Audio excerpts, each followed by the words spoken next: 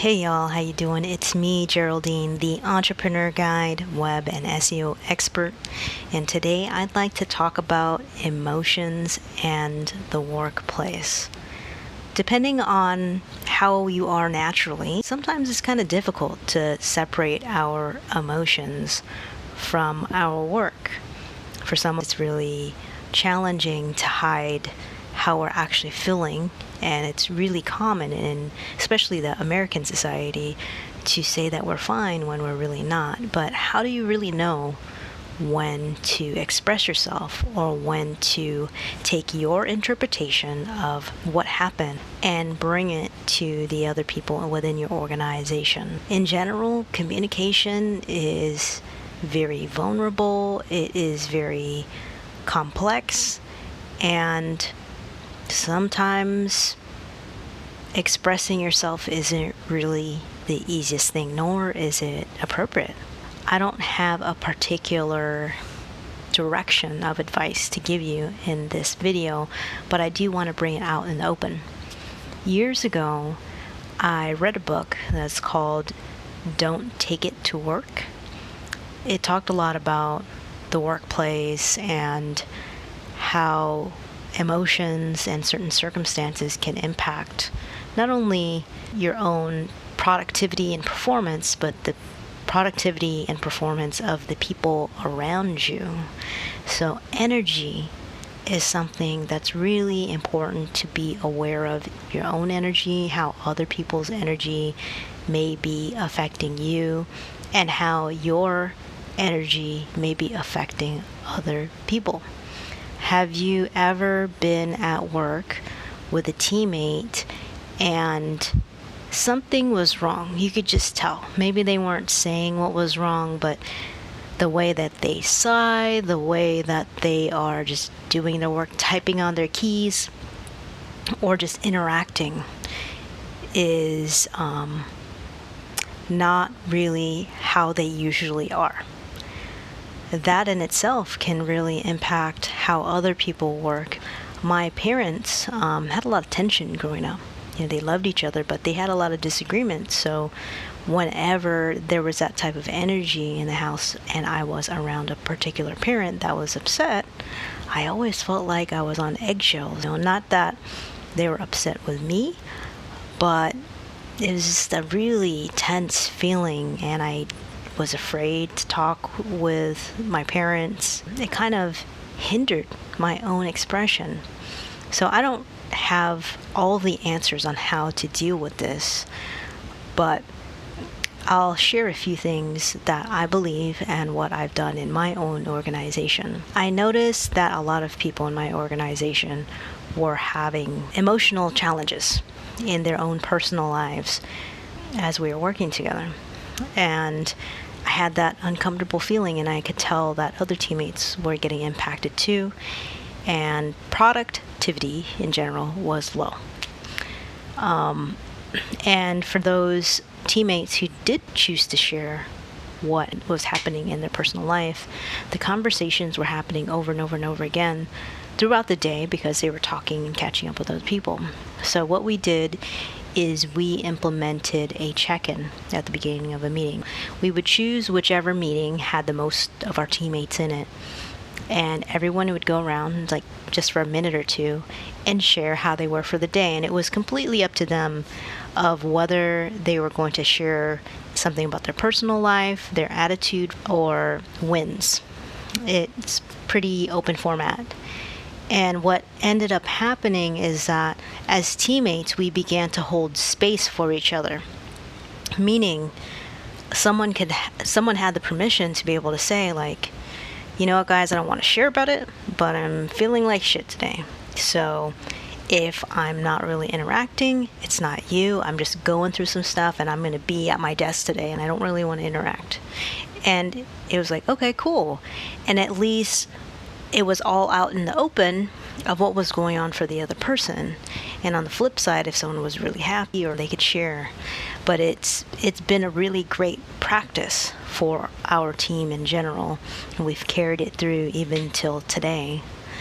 And I believe it makes a huge difference. The other perspective I'd like to share is that there's a really fine line between bringing your emotions and personal life to work versus not. And there are times I get annoyed with teammates or with business partners, and sometimes it's not even about them. It's just they said something and it triggered something inside of me that just seems so familiar with something I'd gone through in the past with other people or other life traumas I've had. When it comes to addressing situations, I think it's important to be honest but delicate. Because at the end of the day, I like to compare this to relationships. Like when you're in a romantic relationship with someone and you're having a conflict, you're arguing, you have a disagreement, you're pissed at each other, and at some point you share how you feel or not, and then you make up and everything's back to normal. In some ways, sharing how you feel, what happened, and arguing it out and saying some really strong words is more appropriate in your personal life with interpersonal relationships or intimate relationships than it is with a teammate or a business partner. The reason why is because with a teammate or a business partner, you don't have the same level of intimacy. So if you say something that's really hurtful, you just said it. It's really mean, and you didn't really think about it, and you didn't really intend for the language to be that strong. It's pretty difficult sometimes to repair because you don't have certain levels of intimacy as you do in an intimate relationship. Usually isn't as much history and trust between you and that person that you're working with. Think twice and be really careful about what you say. I think it's important to be honest, however, not be blameful. If you have a business partner, I think it's important for you to be able to hold space for the other person so that you can resolve things. It's important not to dump, vent, blame, and all that, but it is important to be able to reflect upon how you feel, share with them, and really see if what you feel is real, because a lot of times we make up things in our mind that's way blown out of proportion than it really is. It's so important to look at the facts of what happened instead of drawing all these connections and conclusions of what happened and why, because you're only responsible for your own intent. You can't be responsible, you can't project the other person's intent. I know in past business partnerships is really hard because different personalities and the other person thinking that an action taken by one partner means a certain thing when that's not it at all. Sometimes it's just based on personality, based on life traumas, based on the way they communicate. So it's really hard to interpret what's going on for the other person without asking. So in business partnerships specifically, it's important to be able to say, like, I'm feeling a certain way, and I want to say this, but I'm not going to because I need to be responsible for my own emotions and not make meaning of what happened. Like, I'll give you an example. Earlier in the week, I just went off via text about my opinion. I had a very strong opinion about a few things that happened. Nothing wrong toward a client or anything like that, but I just felt like the direction that we were taking was incorrect. And I had particular reasons why. I was like defending my point, but via text. To the point where I realized, like, dude, I shouldn't really be communicating with this by text. We should talk on Zoom. So I mentioned to my business partner, like, you know what? Let me stop here. Let's talk by Zoom. It'll be better. To be honest, I just need to vent. So by the time we got on Zoom, I wasn't even tripping off it anymore. And my business partner said, okay, is there anything you want to say about the text message? And I was like, actually, I was just in the mood at that moment. I was having my own opinion, and I just said that. But I don't really feel any kind of way about it anymore. And they're like, okay, cool. And we just move forward with our business meeting. You gotta have strategic partners and business partners who will, like, be cool with that, you know, and not say, like, well, you did this, you did that, and, like, share their voice to share their voice, because it's just words, y'all.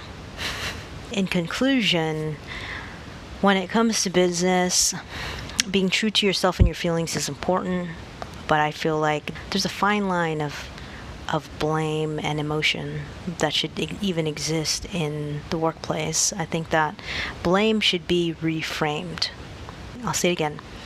Blame should be reframed and delivered in a way where it's factual, however neutral, that the other person who's receiving that information can actually hear it and contemplate on what happened and understand the impact of what happened, but not feel like they're being attacked. Keep that in mind next time you're thinking about communicating with someone at work or even in your personal life, because blame equals pain. I have a IGTV video about that. I highly recommend you checking it out. All right, well, it's me, Geraldine, the Entrepreneur Guide, Web and SEO expert, and I hope you all have a nice day, night, or evening, depending on when you're watching this. Peace.